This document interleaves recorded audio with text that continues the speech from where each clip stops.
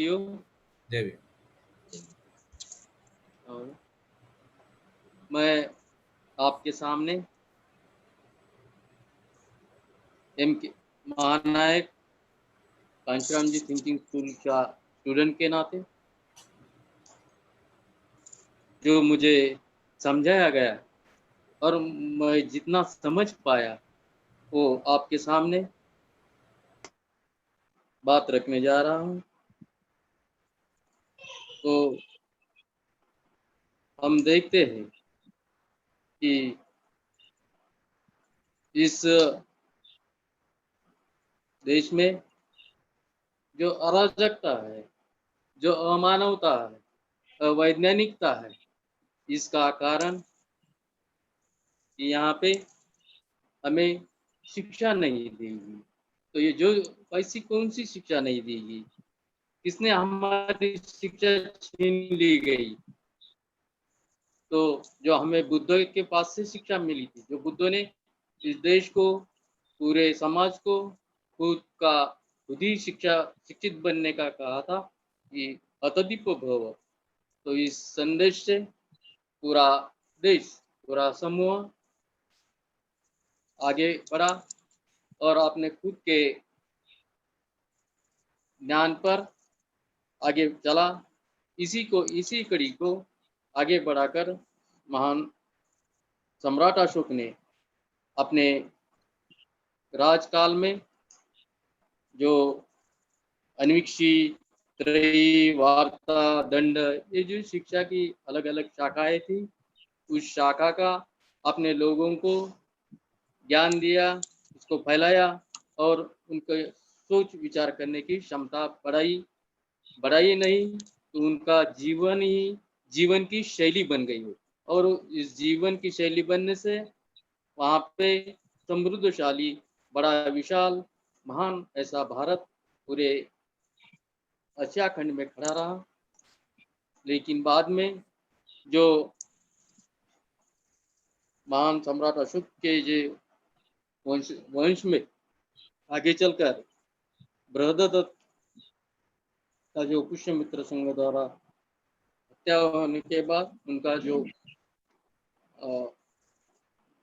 Death होने के बाद उनकी जो पढ़ाई गई शिक्षा थी वो हमारे से छीन ली गई। उसमें से पहले हमारा शस्त्र छीन गया, शिक्षा छीन ली और बाद में संपत्ति छीन ली गई। इससे हम तो जीते जी और ये छीनने के बाद मनुस्मृति के द्वारा हमारा दिमाग पूरी तरह से खाली रखा गया और हम खाली एक बॉडी के आदमी बन गए। भेजा हमारा चला गया, बगैर भेजे की दुनिया यहाँ पे खड़ी कर गई और उसी का नतीजा हम आज ही देख रहे हैं।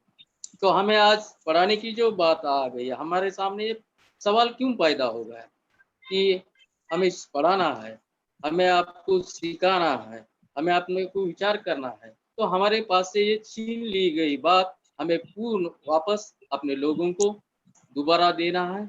उनको उनके पास इस जो विद्या है, ये विद्या उनके पास आपके सामने देना है।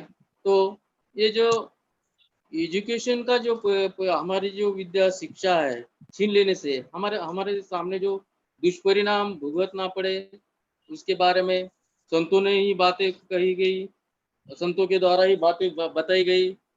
और सामाजिक क्रांति के पितामह जिन्हें बोलते हैं हम राष्ट्रपिता महात्मा ज्योतिबा फुले, इन्होंने ही जो अभी रामटेके सर ने बताया है की शेतकऱ्याच्या आसूडमध्ये त्यांनी सांगितलं की विद्येविना मती गेली, मती विना नीती गेली, नीती विना गती गेली, गती विना वित्त गेले, वित्ता विना शूद्र खचले, एवढे अनर्थ एका अविद्येने केले। इतना बड़ा जो हमारे साथ छल कपट हुआ, वैमनस्यता हमारे में बढ़ाई गई, हमें सोचने का जो हमारे अंदर का जो नेचुरल सोर्स है वो ही हमारे पास से छीन ले गया। और हमारे में से जो नई नई बातें, नई नई सृजनशीलता है, छीन लेने की वजह से हम पूरे तरह से एक एक अनर्थ, हमारा पूरा समाज अनर्थ में एक ऐसे दरी में ढकेल दिया गया और खाली हम बॉडी हाडा मांसाची माणसं ज्याला म्हणतो आपण, परंतु त्याच्यामध्ये मेंदू नसलेली माणसं, मुर्दे, गावाकडल्या भाषेमध्ये जिसको हम मुर्दा बोलते हैं। और यहाँ पे पूरी इंडिया में मुर्दों की भर्ती है, 85% लोगों को मुर्दा बनाया गया है, उनका भेजा ही चले गया है।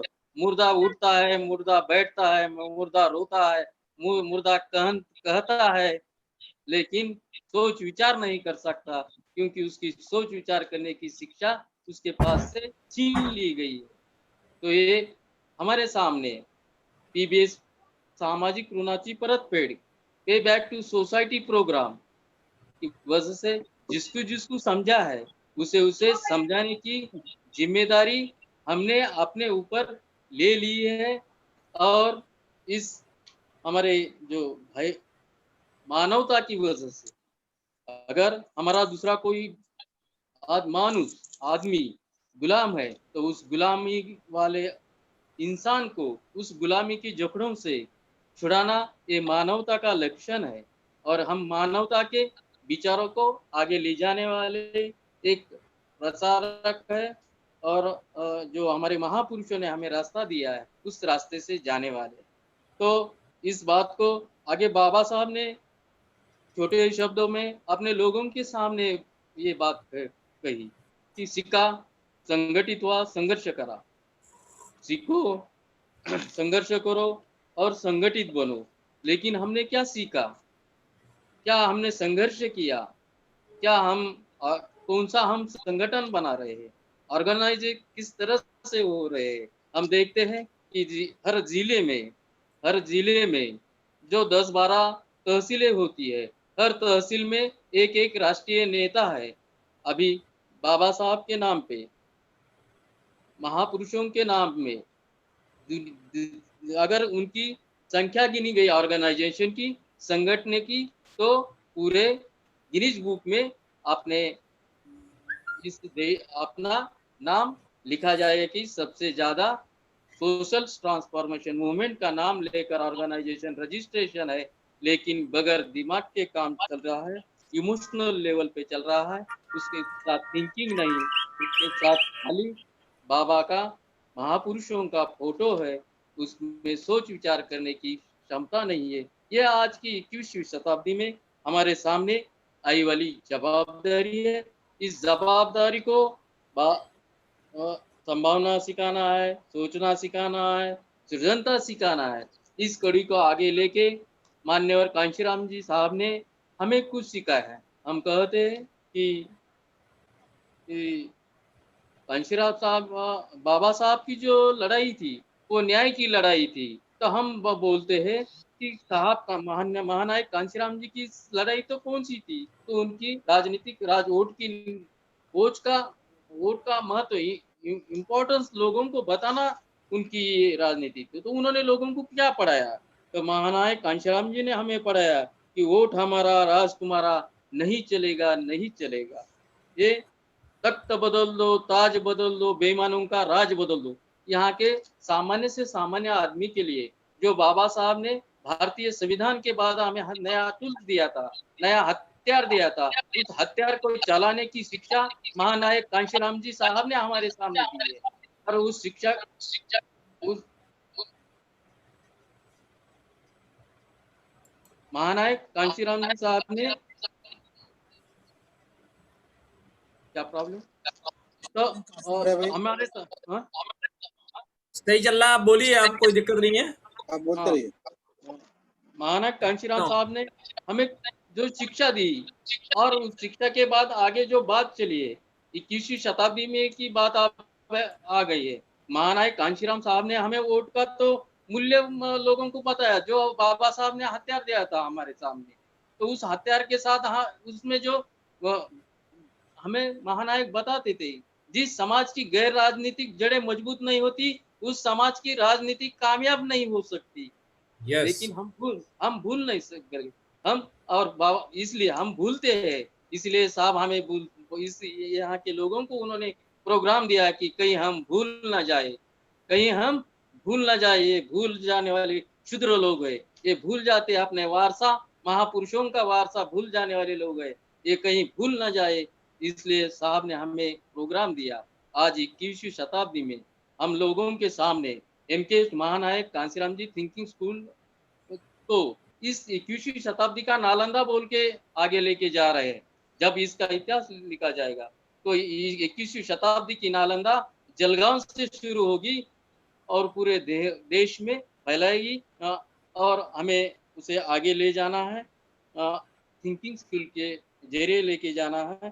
ठीक ठीक है, थैंक यू, जय Bhim. Thank you thank you Baba Saheb More, very nice, बहुत अच्छा आपने